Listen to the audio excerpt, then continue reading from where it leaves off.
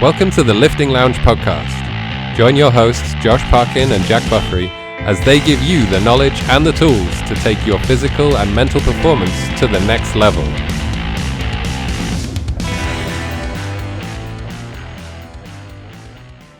We had a countdown again. I forgot about countdown times. And we've got a timer again, which is great.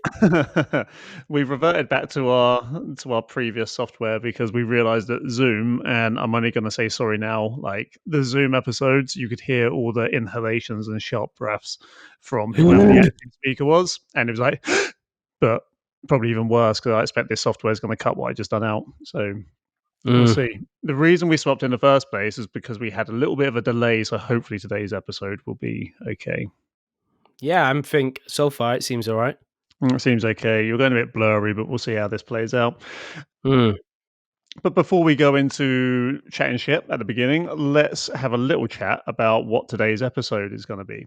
Now, today's episode, I haven't worked out whether I'm just going to call it Triggered or the Angry episode. So it's going to be one of those. I haven't worked it out yet. So this is episode 75. And on today's episode, we are going to, first of all, in the tip, talk about if you're struggling with your goals.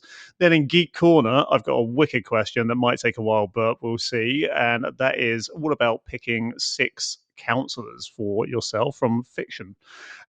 Then we are going to go for the study time.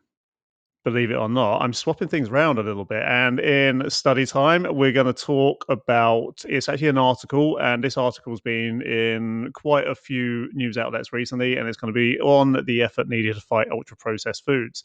Now, I expect at some time this is going to lead quite naturally into the Fit Talk and for the hot topic. So the Fit Talk is basically, you may have heard me mention this in the last episode, which is about being triggered. And if you read what I've written in just in the notes, it could get entertaining, but I'm feeling quite chill at the moment, so we'll see. And then the hot topic is literally how to get your shit together if you feel like nothing's quite coming together at the moment. So with that in mind, before we get started, Josh, how is it going? Looking fresh with your new hairdo. Yep, just had my haircut, feeling good, feeling great, shaped up. Yeah, looking good. My head is I had a bit of a mop for a minute there. We've been so busy, I haven't been able to get it cut. So now I just managed to find some time. So here we are. But yeah, no, I'm good. Just had my lunch. Feel great. What do you have? Haven't trained yet today, but I had my mince and bean stew that I make every week. So nice. I had something similar, but it was like more of a chili. So I had I put a kilo of mince, a tin of baked beans, and a tin of, I didn't have any kidney beans, so I just had, what did I have, cannellini beans or something like that. Yeah, and that's what I have. Yeah, a load of swede and carrot.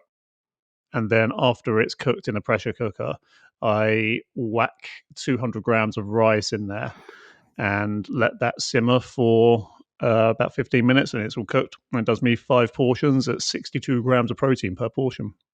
It's quite good. Yeah, mine's nice. Literally just mince, cannellini beans, pinto beans, and black beans, and then some red lentils and peas, frozen carrots, and a bag of spring greens mixed, like cabbage and leeks and stuff, and just throw that in. And then, leave it. It depends. I've slow cooked it, but I've also, some days I just leave it overnight in this. I mean, I pressure cooked it, but some days I leave it overnight in a slow cooker, and then put it in just before I go to bed. And then when I wake up in the morning, it's done. It's spot on. Yeah, that smells lush when you wake up in the morning as well, doesn't it? It's like, yeah, it's well nice. Good. Yeah, it's a good smell. So what are you training today, and when are you training? When are you getting it in? I need to either get it in. I might have to try and get half my session in before I go back to work later. But I'm pretty sure, let me get it up, because I've started a new program. I today have back squats and then lots of rowing. I got to row 2,000 meters, and then I get a minute and a half rest, and then I get 500-meter row 3 times with 45-second rest in between. So I've got to row about 3,500 meters today, as well as you're back super squat. Fit soon. Yeah, I got back squat a lot and front squat a lot as well. So, and bench, and I've got bench today. Yeah. Nice. Oh yeah, I got lots. But yeah, what about you? How was your training? Oh, I saw you train actually. Yeah, my training was it's really good actually. I had to split up into two parts because my client came in a bit early, but that was fine because it actually worked out quite well. My training on a Monday, first half is chest and second half is shoulders and triceps. So it literally she came at the transition between the last chest exercise and the shoulders, so it worked out quite well. But got it all done, had fun. I'm enjoying the growth. I got my Milo done. I'm on week 10 of Milo. It's still going on. I haven't Nice. spoken much about it, but yeah, I've done my 10 pull ups. They are so today the 10 felt okay, but by the end of last week, the 9 were feeling quite challenging. So yeah, we'll see if I make it through the whole 10 by day 5 this week. Wow, mate, that's exciting. No, that's pretty good. You're getting pretty good with that. So, Jack, Yeah. I've been struggling with my tip, and sometimes I think it's important to just aspire, to look for tips out there that I can aspire to, and maybe one day that can be my tip. I mean, we've all seen a certain tip that's been passed around that is definitely something I'd love to love. I would say maybe it was a heroic tip actually, and I definitely, when you're feeling down and you're struggling with your tip, maybe that's something I need to look up to. So, do you have anything for me, a tip for me who is struggling with my tip?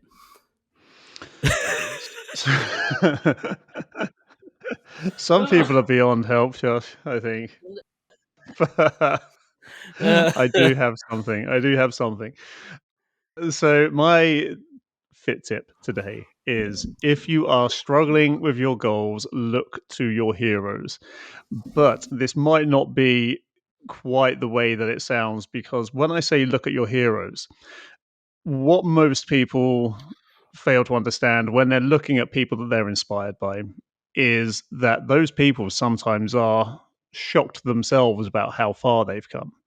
So, what I would like you to do, if you're struggling with goals, look at someone you admire and just ask yourself, I wonder what base skill set they had to develop to be able to then go to the heights of where they are now.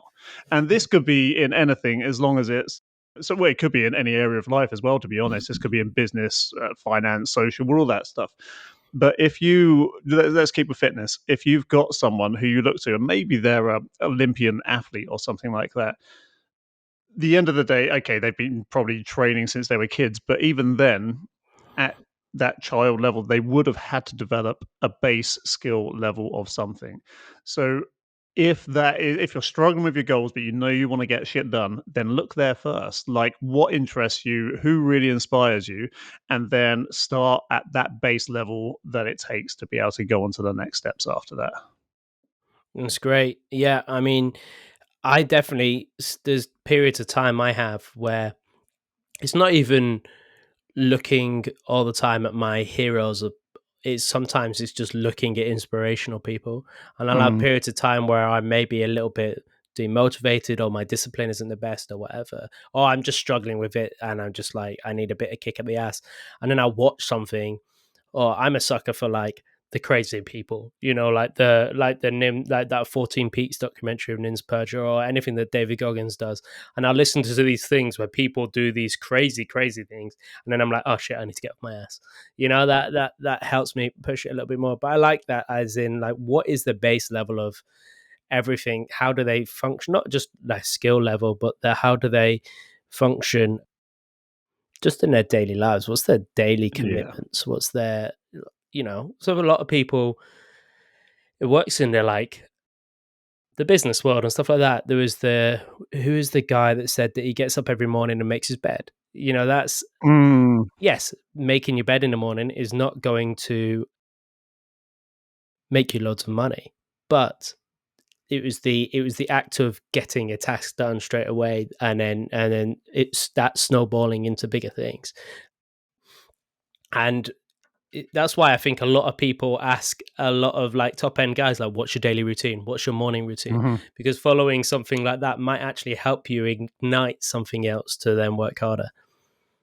Yeah, that's very true. And one of the traps people can fall into, though, is looking at the elite level and trying to work out immediately how to Mm. get there and then being overwhelmed with what it takes. So I think that's why you look at just those habits, the things that can be repeatable, that you can fit into your life, that you can just do over and over again, that will lead to the same breed of success, but even if it's not the same level, it doesn't matter. It's still within the realms of that area, and that's what you kind of want to aim for on that.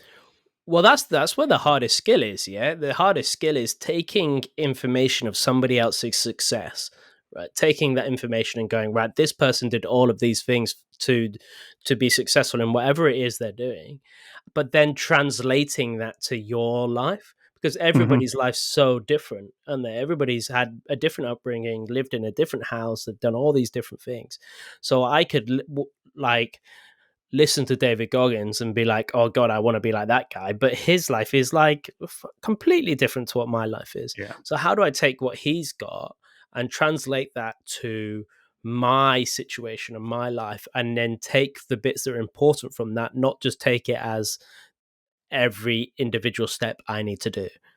Mm. I think David Goggins is actually a really good one because realistically, who wants to be that guy? The guy's fucking mental. He's mad, Nobody. but the same processes he uses can be applied to the things you do, just not on as much of a big scale. So he's at Mm, himself every single day to be pushing his body in the hardest way possible. For me at the moment, my way of getting that done is my plunge every morning. I have to have a word mm, with myself to make sure I get that done every morning. And I'm just like, I'm sitting in there. It's like, no, stay in there the whole 3 minutes, move around to make the water colder. If you're too comfortable, you're being a little bitch. Let's get it colder. mm, And then that's like that's the sort of thing I have in my head. And sometimes people don't like the negative feedback loop they can create in their own head, but sometimes it's useful. Yeah, mm, self-love, self-guided talk, that's a really good thing. But sometimes you just need to have a little chat with yourself and ask yourself to toughen up. yeah, definitely, definitely. Let's move on to Geek Corner though.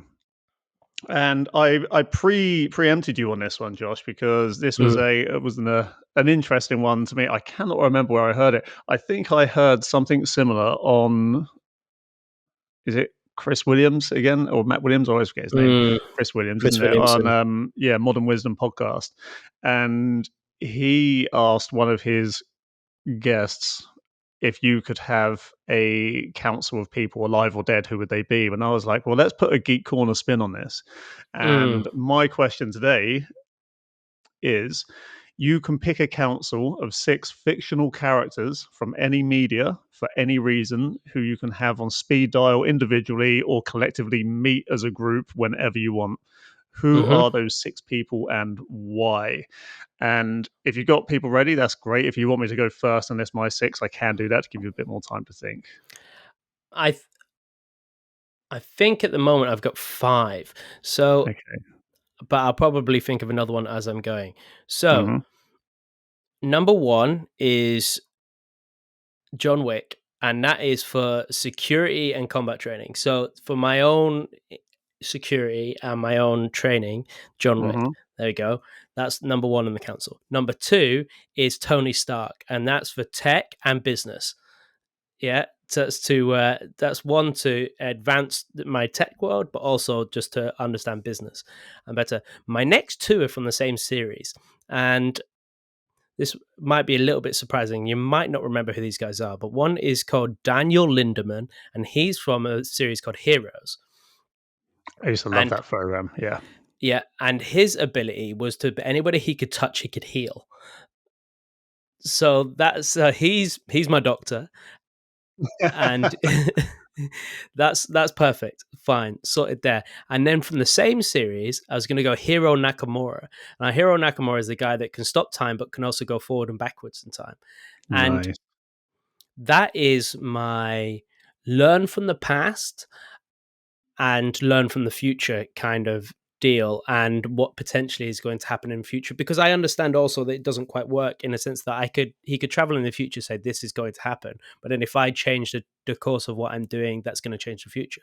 But however, how can we prepare for what is going to happen ahead, and how can we learn from what actually happened in the past? So I think that's a good guy to have on your council. So, and then number 5 is from Avatar: The Last Airbender. Now, I don't know if you ever watched that cartoon or I not. didn't know. It's a bit of a cult classic with like kind of my generation. It's really good. And there's a guy on there called Uncle Iroh, and he was like his brother to the head of the Fire Nation, and the Fire Nation are supposed to be the bad guys, and he was the uncle of the one of the main characters, and he was supposed to be like a bad general, but actually he's extremely wise, almost like a counselor in terms of how wise he was, but also he was a great battle tactician. So in terms of like tactics in life and in business and knowing what path to take, he'd be great, but also be great in terms of as a counselor. And then so I think I've covered security and like fitness and combat, I've covered tech and business, I've covered health, I've covered past and future learning and preparation, and I've covered counseling and tactics. So then my last would be I guess would be something social or relationship wise in terms of a counsel is how can I improve my relationship and social status? Hitch from the movie Hitch. Will Smith. Nice. Perfect. Yeah. I like it. Yeah. It's a good shout. I was wondering whether you're going to go down the shapeshifter route then to have two of you so you could build relationships at any given time, no matter where you are. But yeah, Oh, yeah. I like Hitch. That's keeping it good. I like that. That is that's a decent 6. Mm. Mine Go are a on. little bit more out there than yours. I'm just going to say Yeah, I that imagine. now. Yeah. So my first one, and there's a lot of dependencies on this one. Okay, my first one is Yoda, because if he could teach me how to use the Force and balance, then I would love to be a fucking Jedi. So Yoda is my Yeah. very first one. Okay. Yeah, I think it'd be awesome. Just meeting something like that as well, I think would be absolutely Mm-hmm. insane.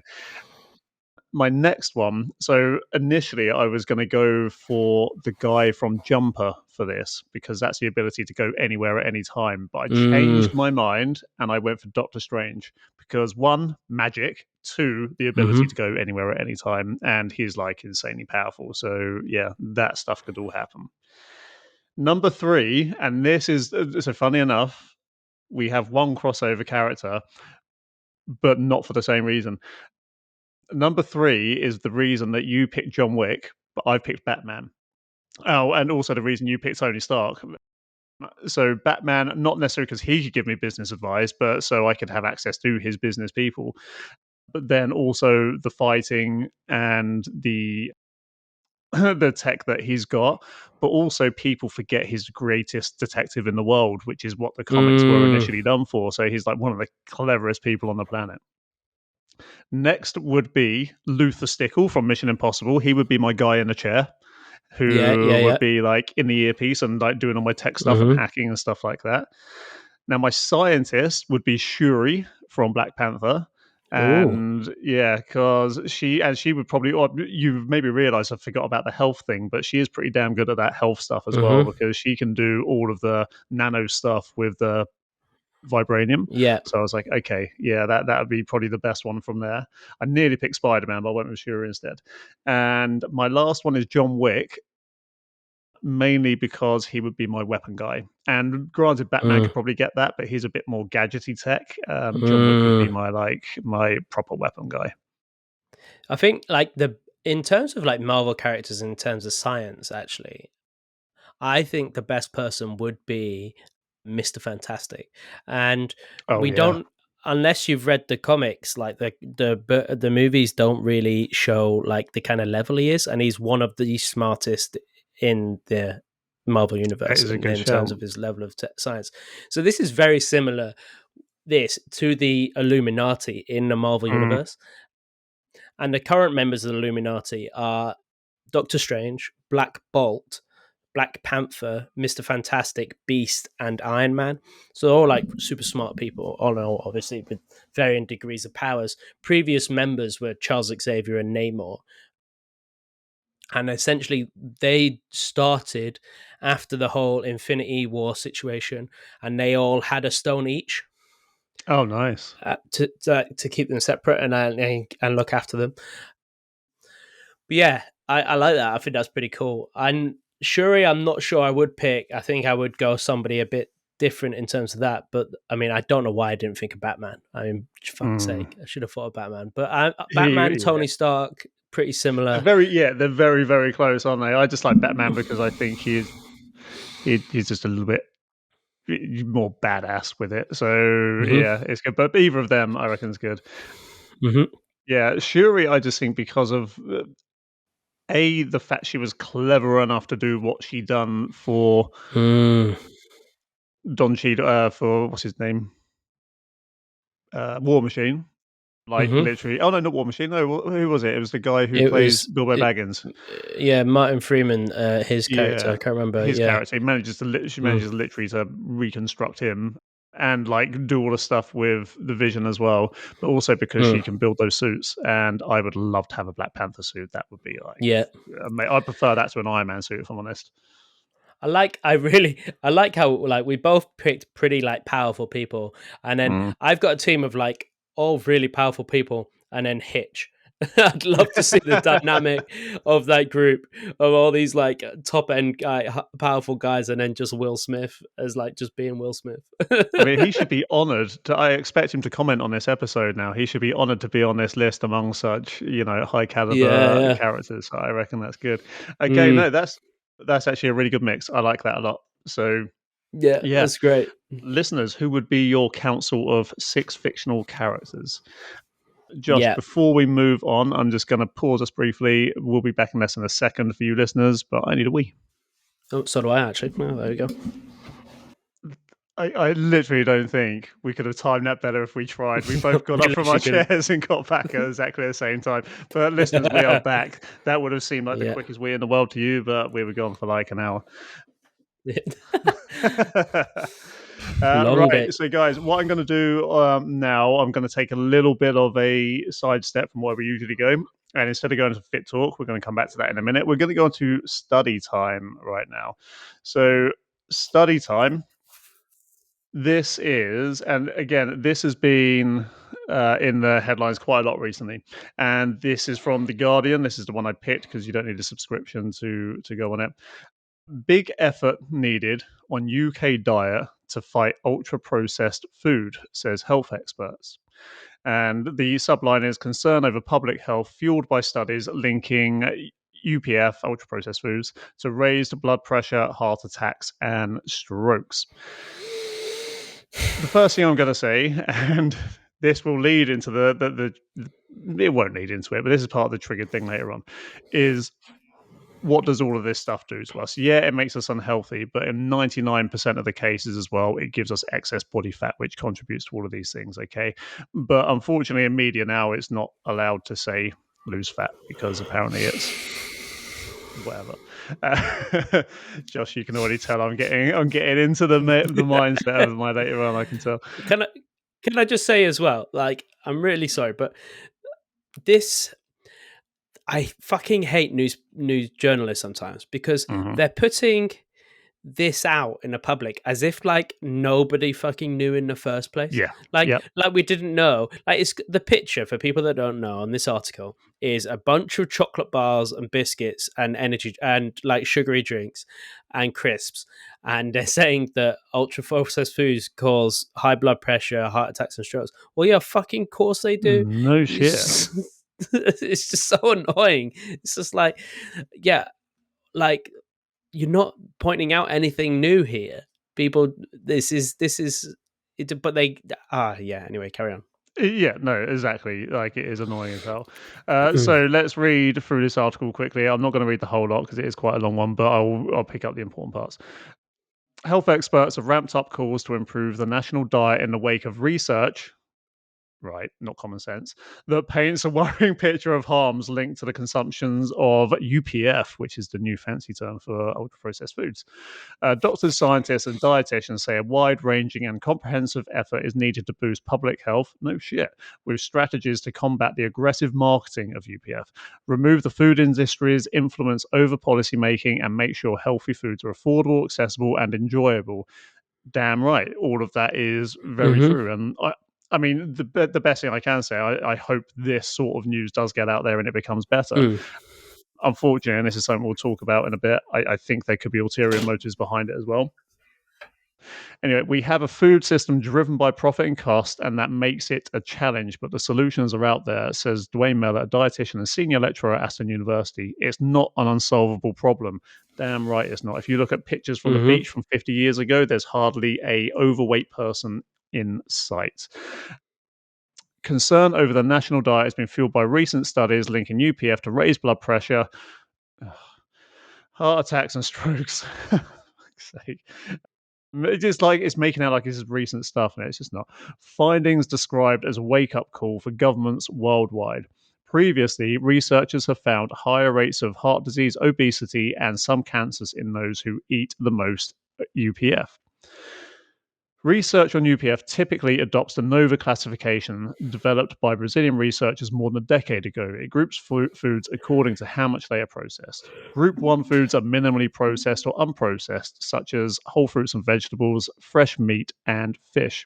Funny enough, Josh, what do we tell people to eat most of the time? Group 2 are processed ingredients such as salt, sugar, and oils. So they are not necessarily processed foods, they're processed ingredients. So, I mean, even spices and stuff would come into that category because they're actually ground up. They have had a form of processing.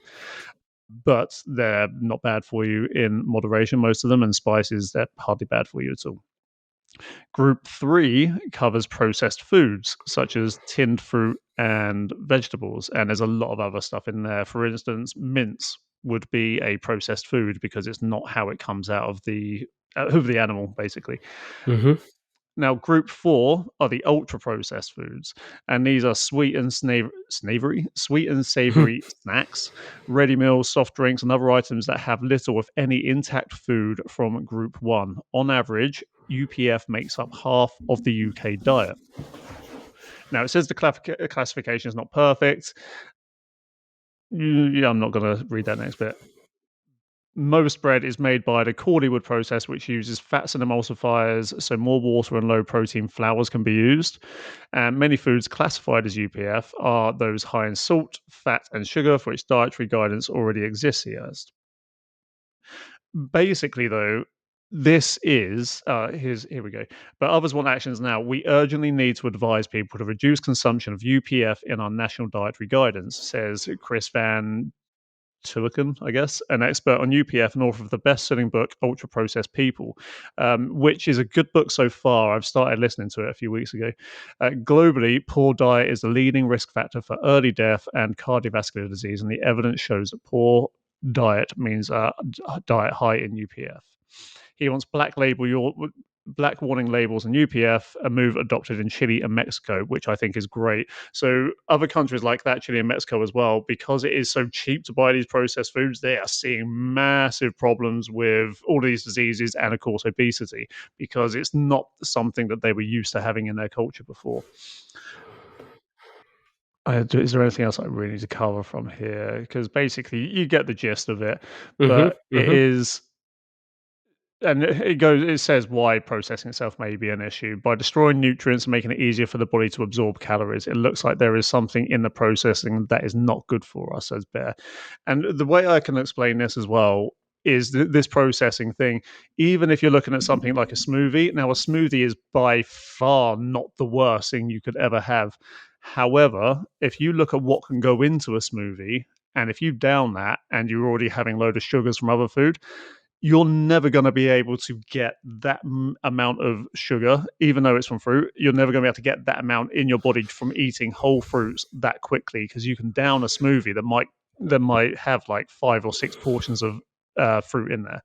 Now, I am not saying that fruit is bad, by the way. Don't think I'm saying that, but I'm just highlighting how any type of processing can add to getting all this shit in your body way, way easier. So, yeah, this is a big problem in the UK, the Western world, and it is spreading to other areas as well. And poorer countries are, in fact, they're more susceptible because it is so much cheaper for them, and they haven't got access to the high quality foods that we do have anyway in the Western world. So, yeah, Josh, what's your thoughts on the whole ultra processed stuff?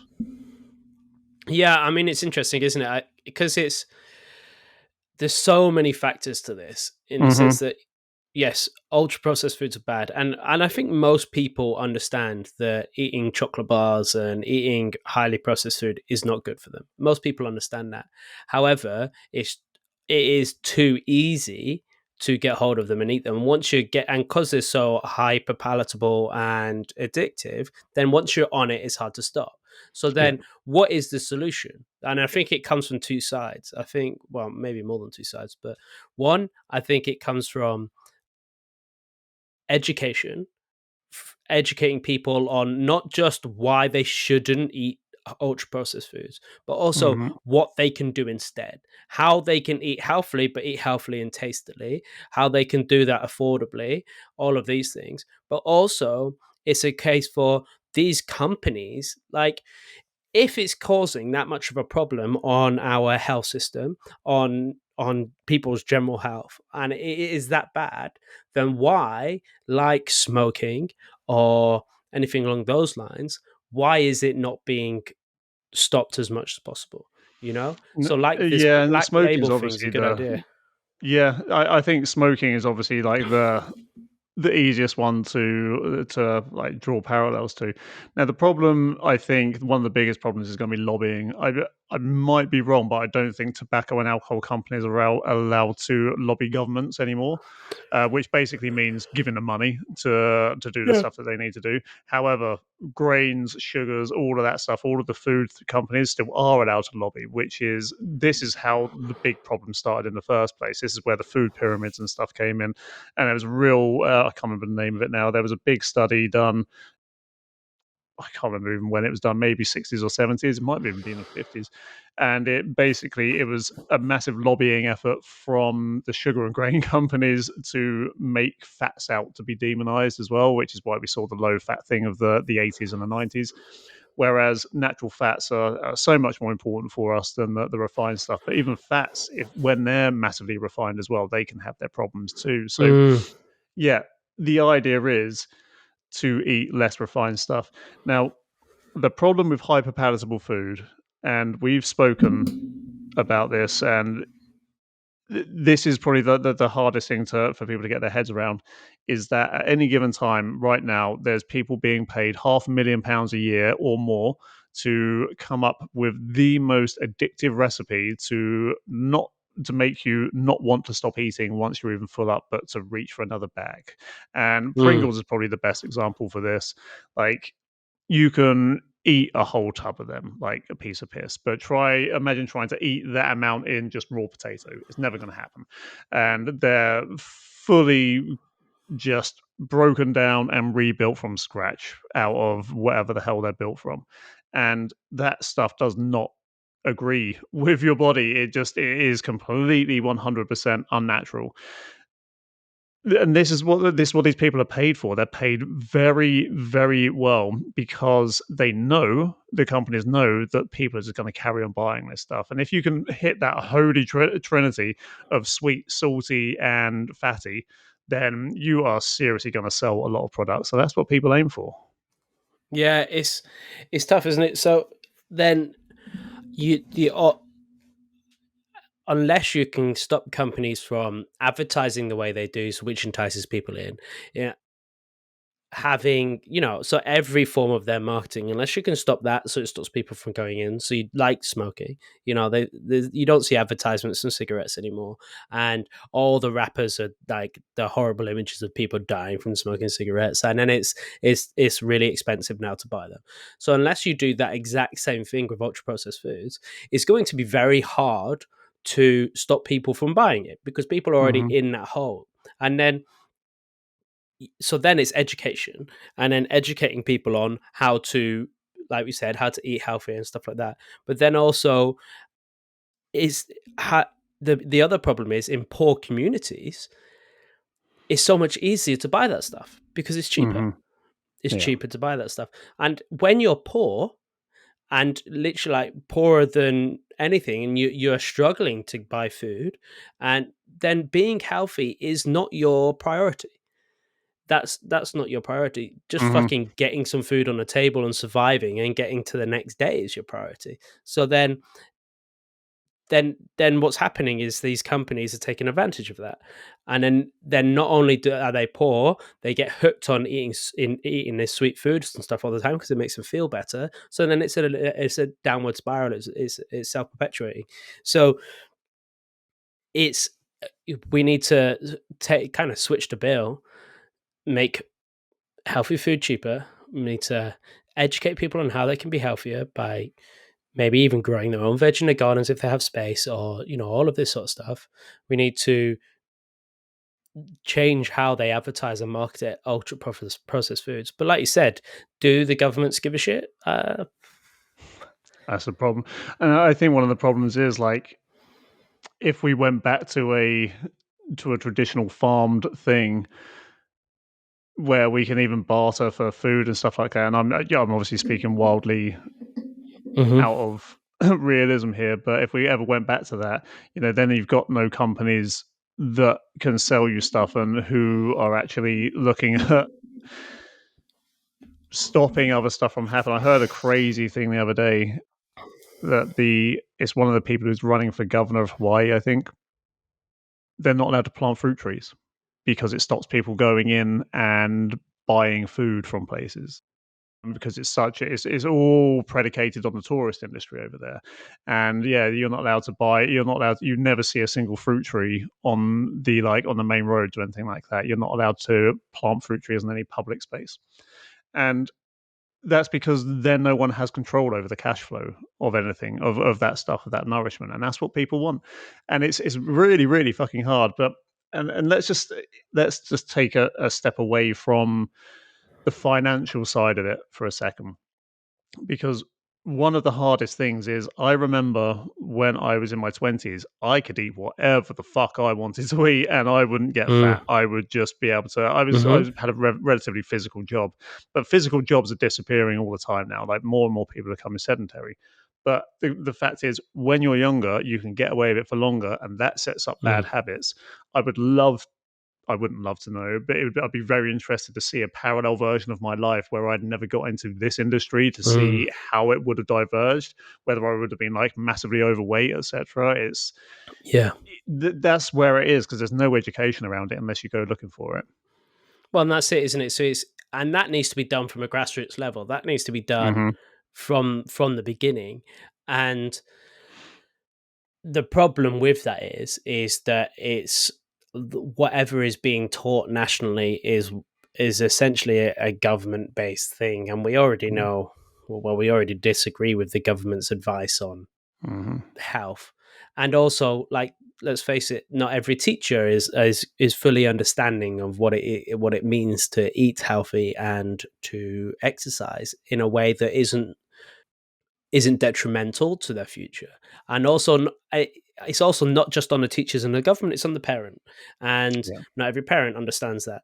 So how can you teach children in a way that isn't going to be a detriment for them when they leave home? So when they leave home and go, actually, I'm going the opposite way. One theory that I thought was really good, which is one of our colleagues, Ben, said, is that with his kids, what he does is he doesn't say that it's a treat.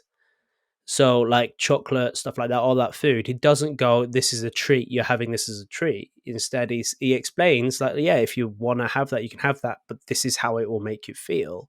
And this is why it's not potentially as good as eating like this healthy meal, because you'll feel better eating this healthy meal, and this is what happens. So he actually explains what it does instead of going, oh, you've done really well today, I'm going to treat you with this chocolate bar.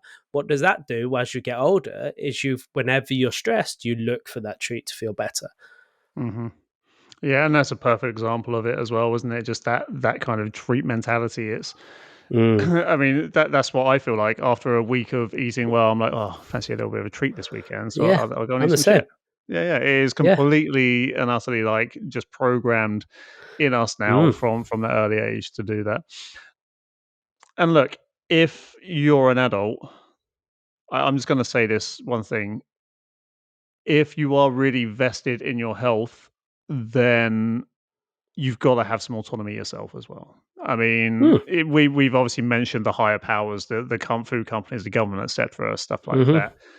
But you've got to take on a responsibility for yourself, because I'm going to tell you right now, unless you're hiring a coach to fucking tell you what to do, there ain't nobody in the world that is going to say, put that burger down, eat some fucking veg.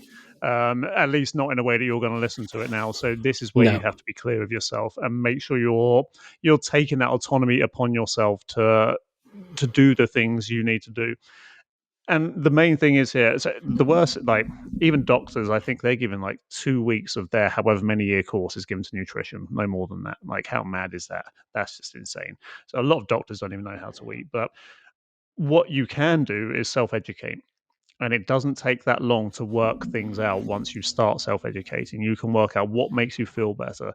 Because at the end of the day, if I was to give you a bowl of fruit and veg versus I don't know, a pack of Pringles, I'm pretty sure most people would know what the healthier option is. So Mhm. sometimes just eat like a fucking adult, or like what you think a healthy adult should do. It's never ever too late to change. It's never too late to change. So don't think you're past it or anything like that. Try to make the changes now if you can. Yeah. Yeah. It's like you said, there is a massive problem nationally and globally with governments and Mhm. like large companies and stuff like that. But at the end of the day, nobody's stopping you from going in a shop and buying the stuff. Like, it's at the end of the day, it is on you to change that. Some people, unfortunately, have a lot of other things that preventing them from being able to stop, but that doesn't mean that there is something you can do to change that. And if you're listening to this and you're willing to change, you're already taking a step in the right direction, where there's a lot of people that don't even think about it and are not willing to change. So that if you're saying to yourself, actually I want to be healthier, then you're already like 5 steps ahead of 90% of people. So Mhm.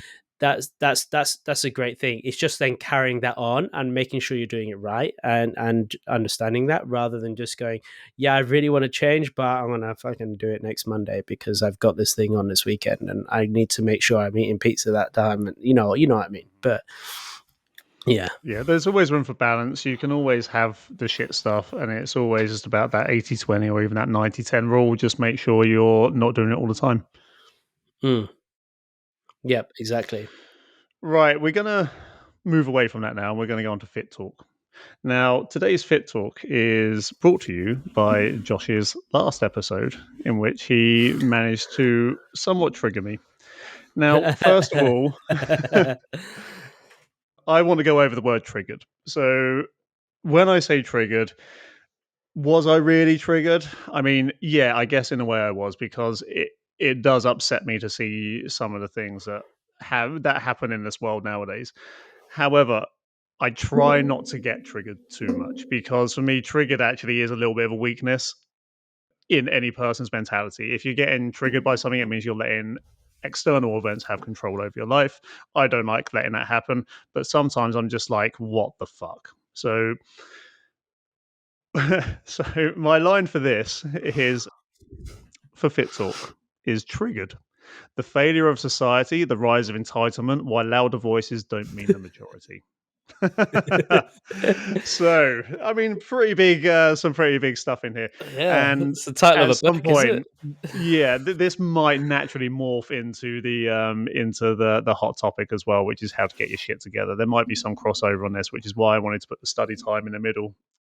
Sorry, at the beginning of both of these. So this all came about because of a reel that Josh sent me, and I the reason it affected me was not because I take the lady too seriously or anything. The reason it affects me is because I know for a fact there are people looking for the easy way that have that mentality. That is it. So this reel was a large woman. She was definitely obese, and I can't remember what the exact saying she was now, but basically she was saying that obese people should be represented in bodybuilding because it's still the accumulation of mass. It's just represented in a different way. And I mean, guide listeners, if you can't recognize the distinction between someone getting fat and someone getting big in a gym, neither of which, by the way, are necessarily massively healthy all the time, but there is a distinct difference in the work ethic that goes into that. So, Josh, I'll let you have a say before I'm going to try to pass over to you regularly on this one. That's okay. Yeah, no, I mean, yeah. So that video was saying women, not sorry, obese people, sorry, should be on Wow. stage next to. Fuck off. So obese people should be on stage next to bodybuilders, celebrating the fat mass, and Mm-hmm. and yes, we have stated before that bodybuilders and like extreme bodybuilders are it's not particularly healthy. However, it is just a sport, and I think that's what people forget, that it's a sport. It's not a I think the problem with her comment is that she is seeing that people are celebrating that as health rather than celebrating that as a sport, when actually that's what it is. It's a Mm-hmm. sport. It's not people standing on stage saying, look at how healthy I am. They're going, look at this sculpture that I have created, essentially. And I think that's the misinterpretation a lot of people have, and I think it comes from insecurity that rather than it does anything else. And I don't think it's a good idea to celebrate something, because yes, we say bodybuilding can be unhealthy. However, in comparison to being obese, it's still, I would still consider it healthy. And Mm-hmm. I don't think we should be celebrating people being exceptionally obese, because that generally comes with not just the fact that it has a massive effect on your body, your body's physiology and your health, but also your day-to-day living, like your inability to do certain tasks. A lot of tasks you're generally may not feel happier, all of these sorts of things. So yeah, that's all I really have to say about that. Yeah, I mean, bottom line is, if you're fat, you're fucking unhealthy, and you can. I mean, I'm going to be that blunt. You can say to me as much as you want. Oh yeah, but this person here, she's got brilliant health markers and she's overweight. Yeah, fucking great. Everyone's got a granny who lived to 90, even though she was an ardent smoker and drinker as well. You get the exceptions, but at the end of the day, science and all statistics show that if you're carrying too much weight, if you've got that shitty diet, you're gonna fucking die young. And if that's your goal, fine, live fast, die young. But if you want to live a nice life where you can actually enjoy some of it, you're gonna have to sort that shit out at some point. And what is the reason I put the failure of society in this is because, and I actually think I'm hoping that what I'm seeing is true, and we're starting to see the swing back of this, which is what today's study time is actually about with this article that's put out. I'm hoping it's going to be brought back into some semblance of fucking common sense at some point. But just the fact that so many people in society today are adopting that because they want to be inclusive, because they don't want to hurt anyone's feelings. Motherfucker, do you want that person to die? Because that's what you're doing by not hurting their feelings. You're giving them the option, you're giving them the entitlement to die younger because they are just crazily unhealthy, Mm. sorry. And this doesn't have to be, I mean, this doesn't have to be massively obese, by the way, to have these problems. It can just be a little bit, it can be like a few pounds overweight. You don't have to look like somebody who is crazy overweight. And again, I know this may hurt someone's feelings and you may feel like I'm attacking you for this, but I'm trying to look out for people's health. I want people to actually be healthier, not so they look like a fucking rippling six pack, because I haven't got one of those, but just so they've got a body that is capable of doing stuff. They're capable of keeping up with their families in older age, capable of fucking walking up a few flights of stairs without feeling like they're going to keel over and die. There is Mm. nothing wrong in fact, there is everything right with the pursuit of better health and a body that functions as well as it possibly can do. And my job and Josh's job, one of the things that I love about doing what we do is having people able to express that with their bodies, and not the fact that they're saying, "Oh my god, yeah, look how great I look in the mirror." It's always, "I feel fucking fantastic," and that they can take on the world, that they can do shit they never thought they could do before. I don't care how you look. If you feel like you can do all of that, that is the main thing. I think that's quite a lot of the problem is that a lot of people get to like severely unhealthy shapes. Yeah. So a lot of people that you'll find and they talk to who maybe were obese and then got into shape or are obese and wanting to get into shape, they didn't know how they got to where they are, but they are where they Hmm. are now.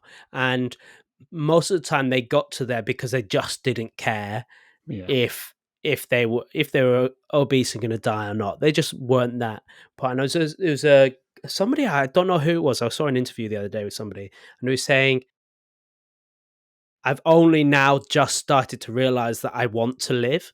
And then they've now started to make an effort. And I think what the Hmm. problem is there's people out there in certain areas that are just wanting people to be happy. So they're saying, "Oh, it doesn't matter. You're beautiful. You're this. Is you can be happy at any shape." And I understand the wanting people to be happy, but it's not helpful. Like there's some kind of helpfulness to it in saying like I want you to be happy, but it's not helpful saying this is okay and actually promoting this is okay, because it's not. Hmm. It's not okay to promote being exceptionally unhealthy. It's the same as it's not okay to promote smoking. It's exactly the same. So Hmm. it's finding a way where people are in that situation to go, look, you are not okay, like mentally, physically, whatever. And I want you to be happy. But what we need to do is to get you out away from where you are now, because it's only going to get worse. So I'm doing this out of kindness, but you need to sort your shit out. Hmm. That needs to happen. And I think that's a problem, is a lot of people in that situation just don't understand how to sort their shit out, and they're not there, but then they get supported by a certain group of people and say, "It's fine, you're lovely, you're beautiful, you're amazing, it's fine, you just be you." And it's like, okay, no, that's not okay. It's fine to be happy with yourself, but you need to be healthier for yourself. Yeah. Yeah, there's a lot of hypocrisy involved in it. I think Mm. because I think a lot of people are actually now trying to shame fit people. Like fit shaming is a thing now, making people feel guilty for being in shape, which just sucks. And I will definitely concede the fact that if you are overweight, it is very hard to get back into that position. But same as what I said on the study time earlier on, no one else is going to put the work in for you. Like No. you've got to be the one that decides to make that decision and just get it done. And the problem is it today, like especially now, you see people getting cancelled all the time for maybe offending someone or offending a certain group of people and for fat shaming, for all of this stuff. But then from there, like, where do you go? I think that's why people are so scared to say these things to people, to say that you could do with losing a little bit of weight for your health. Okay. I think people are scared to go down that route now because they're seeing, and this is why I've written The Fate of Society in this, because this stuff is being propagated by other voices in social media. So one of the lines I wrote on the notes of this is why louder voices don't mean the majority, because I'm pretty sure I have enough faith in humanity that the majority of us have these kind of views where we understand it's not healthy. We want people to get better. But it's these other voices that just shout louder, that make themselves sound like the Mm. majority, even though they're probably in the minority, that are propagating all of this bullshit narrative, this virtue signaling where they don't want to offend anyone. They want everybody to feel like they're going to be happy, even if it means they're going to die younger. Yeah, the fit shaming crowd is an interesting one. Some of my favorite some of my favorite videos on like reels and shorts are when there's like somebody going, what's this muscle? And they're like pointing at a tricep, like nobody needs that. It's disgusting. Oh my god, why do you have that? And then it just clips the video of a guy just deadlifting like 600 pounds and benching like so much. Yeah. I'm just like, yes, yeah. It's because do you know what that with the whole fit shaming thing? Because I don't think me and Rachel were talking about this yesterday and talking about men specifically, and how it's because this it's not just about fitness. Sometimes it's about like what's like considered manly and this, that, and the other. And it's almost like not okay to be strong anymore because that might be considered toxic or whatever. And this, that, and the other. And I don't think people realize that the negative effect that this is having, because instead of being inclusive to everybody, which is what this crowd is trying to be, is inclusive to everybody. They're actually excluding a lot of people by saying you shouldn't be fit, you shouldn't pursue something that you enjoy because it's toxic or this, that, and the other. When actually it isn't. And some people, guys and women, need some form of outlet, and training is that for a lot of people. It's an outlet for their mental health, and also it makes them healthier and it makes them fitter and gives them the ability to just live everyday life a little bit easier. And then you're telling people not to do that, probably because you're maybe intimidated by the space, which is fine. Sometimes the space can be intimidating, or you just don't want to have to put the fucking effort in. So fuck off. You know what I mean? And every time somebody makes one of those videos, if somebody hasn't already, I'm going to make a video of me just benching 130 kilos because fuck you. You highlighted the hypocrisy there completely when you said about it being exclusionary as well. I think, and it really is. And at the moment, if we weren't already nearly an hour in, I would get into the toxic masculinity stuff because that fucks me off more than pretty much anything else. The fact that men are now afraid to be men, they're afraid of what their brains are genetically telling them. And yeah, I'm probably going to get some people say, "Oh yeah, but you know, they're genetically predisposed to war and fighting and stuff like that."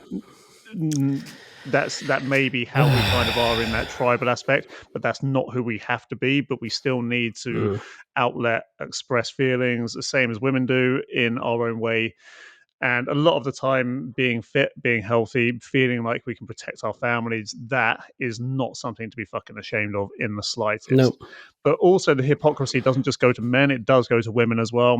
Two of the biggest cases, as in high profile cases that I know about, Rebel Wilson and Adele, they were lauded for their self love and stuff like that when they were overweight. They were both probably considered to be close to obese, if not obese.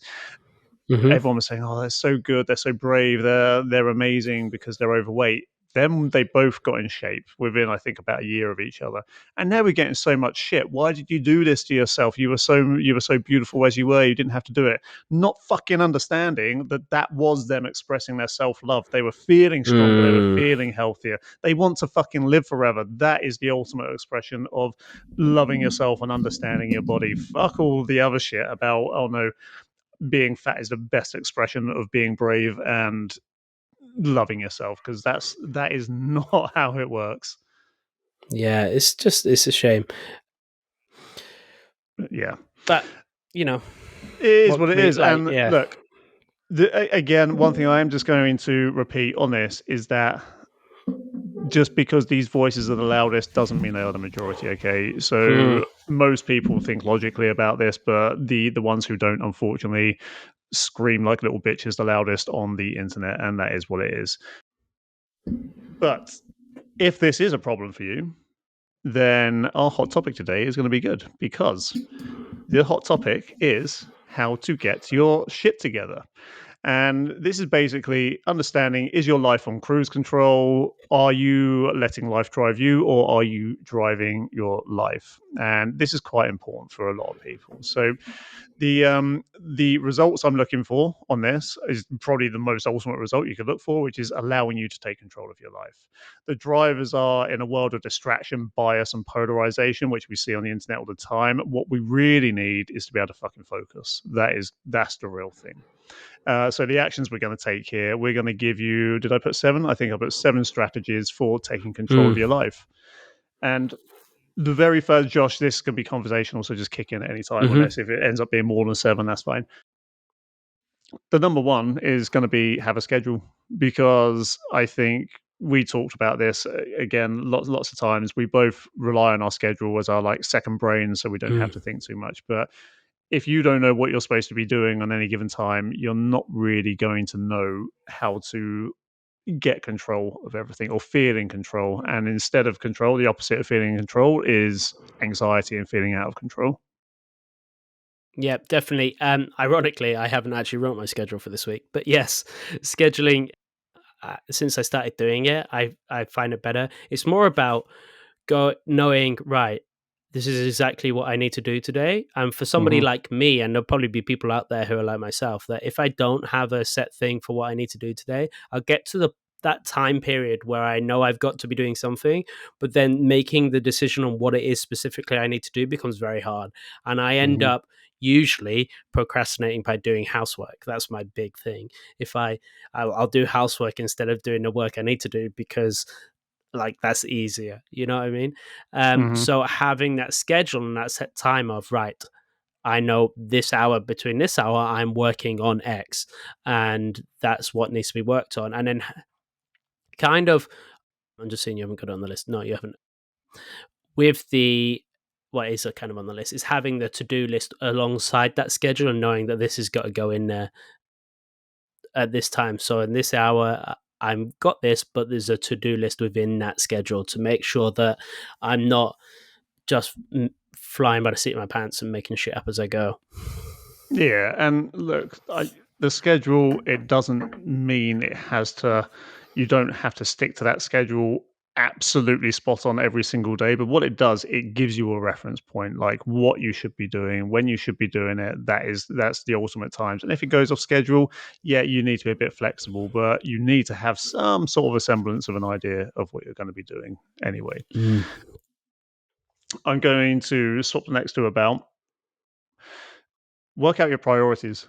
And this will help you with scheduling anyway. So work out what your priorities are, and they're your goals basically. So work out what your priorities are for, if you're sorting out your schedule every week, work out what your priorities are for that week. And then every evening you can then set your priorities for the next day as well. But if you don't know what your priorities are, you're going to do exactly what you just said, Josh. You're going to end up procrastinating. You're going to do shit that may make you feel happy because you feel like you're being busy, but ultimately they aren't contributing to the overall result you're looking for. You feel like you're putting your foot down and going somewhere fast, but you're probably not going in the right direction if you don't know what your priorities are. Yeah, definitely is. Especially if you've got quite a lot of stuff going on, if there's a ton of shit happening at once.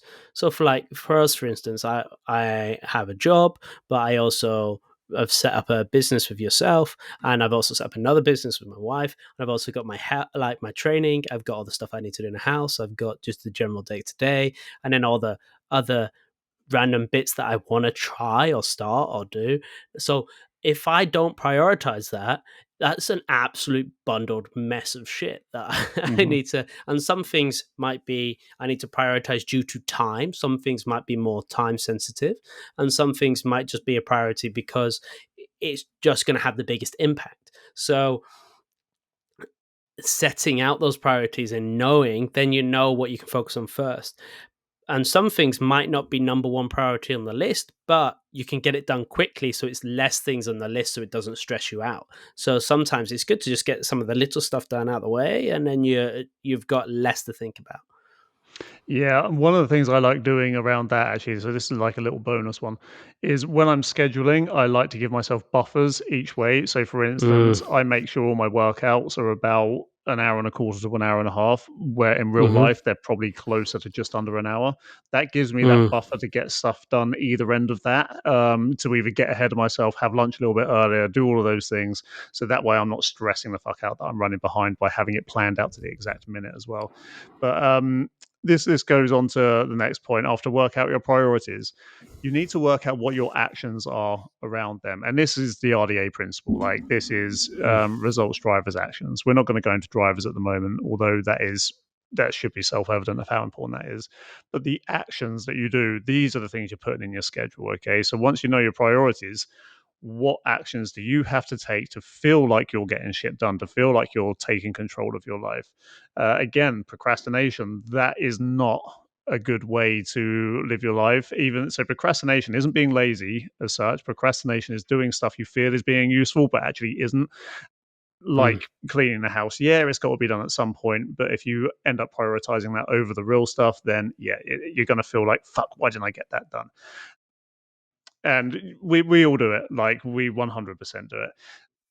But it's definitely worth having a real solid think. Okay, what actions are going to move the needle forward the most towards what my priorities are? So, for instance, if that is my priority is getting fit and healthy, one of your actions needs to be working out, and the other one is probably going to need meal prepping or something like that, or at least writing a meal plan out so you know exactly what you're doing.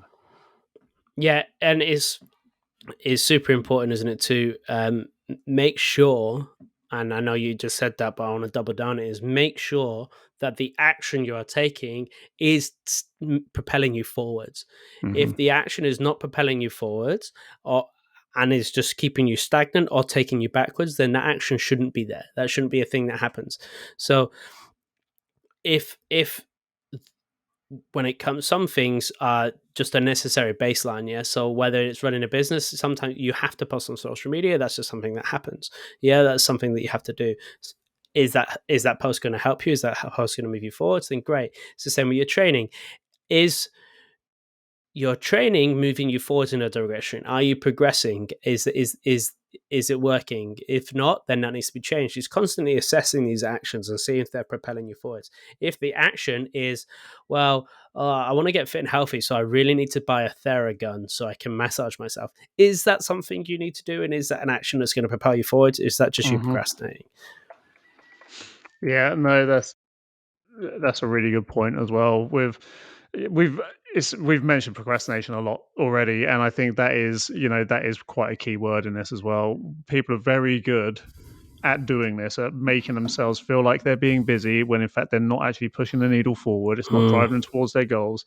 So eventually people get frustrated and discontented because they feel like they're working hard all the time but never moving forward. And that is fucking horrible because you feel like, why the hell am I putting all this effort in if I'm getting no return? That's when people give up. So again, instead of procrastinating, think to yourself, right, it's going to cost me the same amount of effort, the same amount of time to do something that genuinely moves the needle forward here. So yeah, that's the one around procrastination. So you've worked out your priority. You have a schedule, you've worked out your priorities, and you've worked out your actions around them.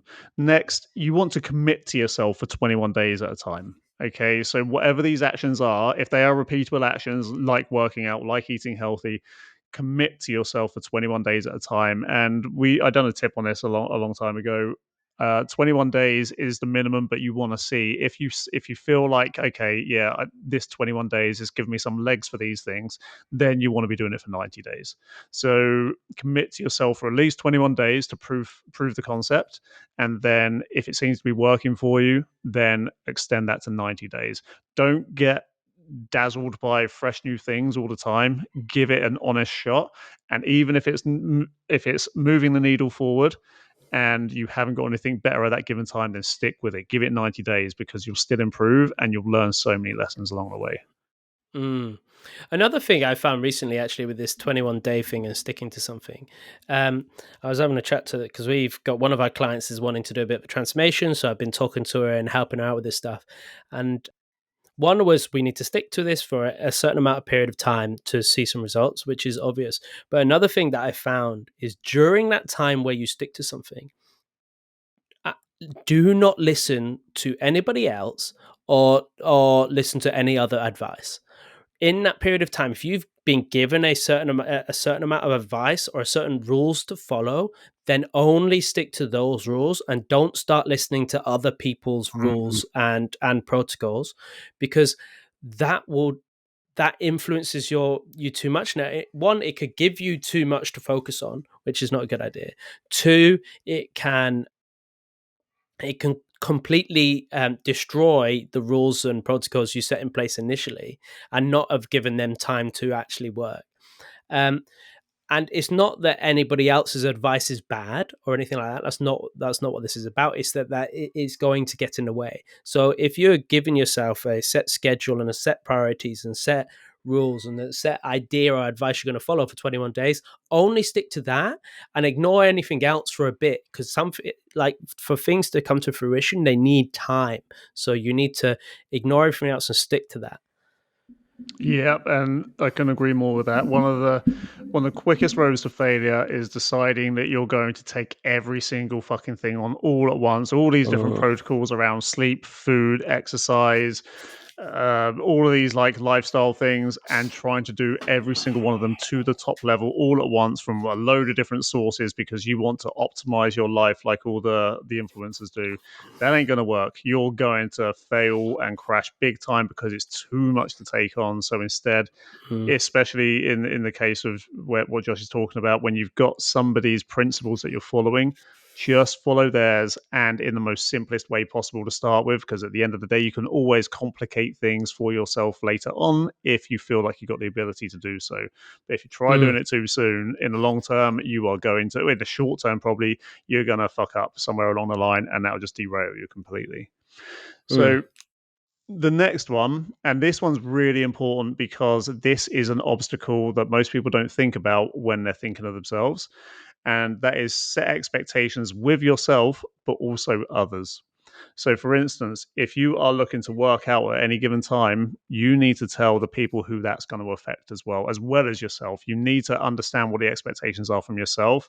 Okay, are you going to work out for 2 times a week, 45 minutes each time, because that's all you can do?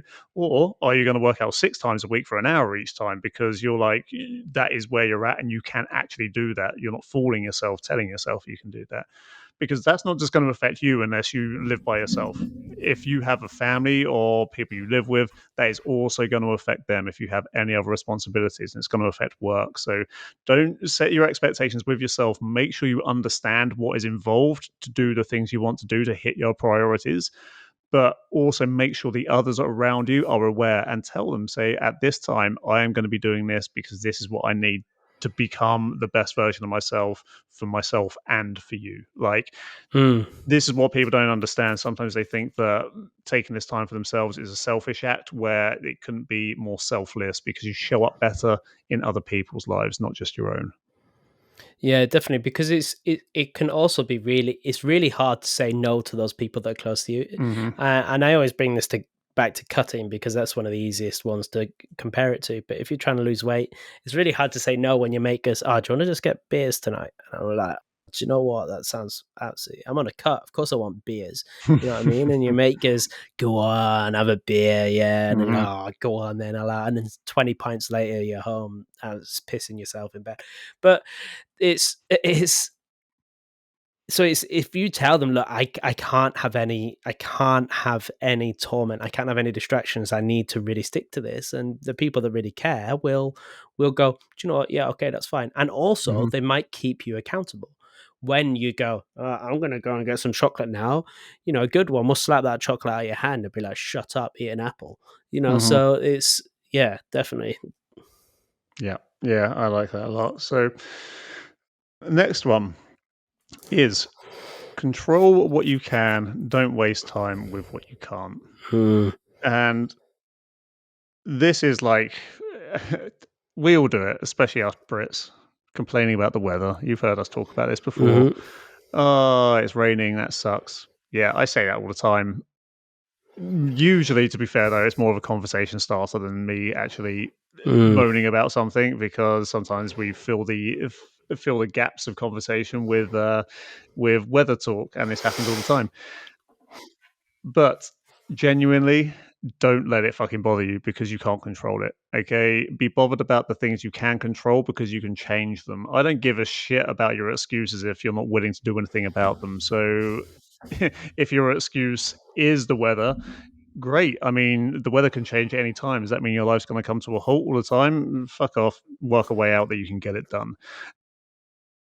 If you're building a business and you're busy and you're saying, oh, I can't work out at the moment because I'm busy, that's fine if you don't intend on ever being busy again afterwards. So you want a successful business, wicked. You're going to have to find out a way to make this work around that, because otherwise, you're setting yourself up for failure straight away.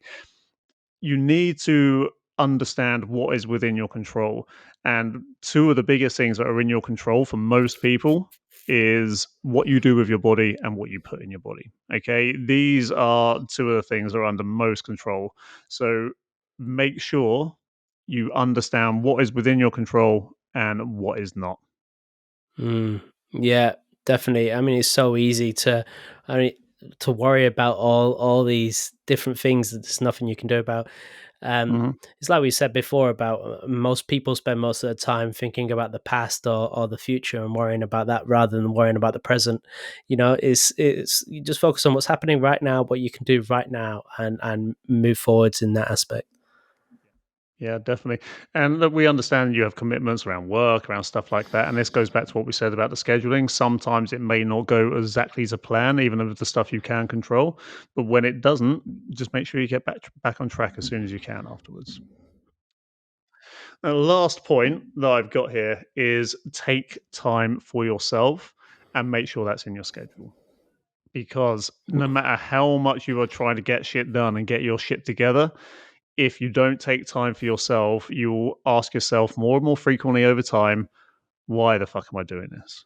Like, what Yeah. is in it for me? Especially if you can't see the end goal in sight, you just need to take time for yourself. I am fucking terrible at this, but I get better as time goes on. Sometimes Kimberly might disagree. We'll find out, but Hmm. taking time for yourself is really, really important. And I do this in the mornings quite a lot. I mean, the mornings is my time because I'm up before anybody else. I come into the gym. I do them a cold plunge, come into the gym, and I have about an hour before I have to leave to work, maybe a little bit less. And in that time, that is my time where I make sure I've got a few rules. I make sure I'm not on social media. I hardly ever have a screen in front of me. I'm just making sure I'm collecting myself for the day, and that is my time. But then again, if you have relationships, you want to make sure that you're taking time for those relationships as well. That comes back with the expectations for yourself and others. Make sure you're including those who need including in your life. Yeah, definitely. I mean, that's something I'm bad at as well, is taking time for myself Hmm. and the things and people around me. My wife would be going like this in the background. And I'm like, yeah. She would go, yeah. So Hmm. luckily, Rachel doesn't listen to this podcast, so we're all good.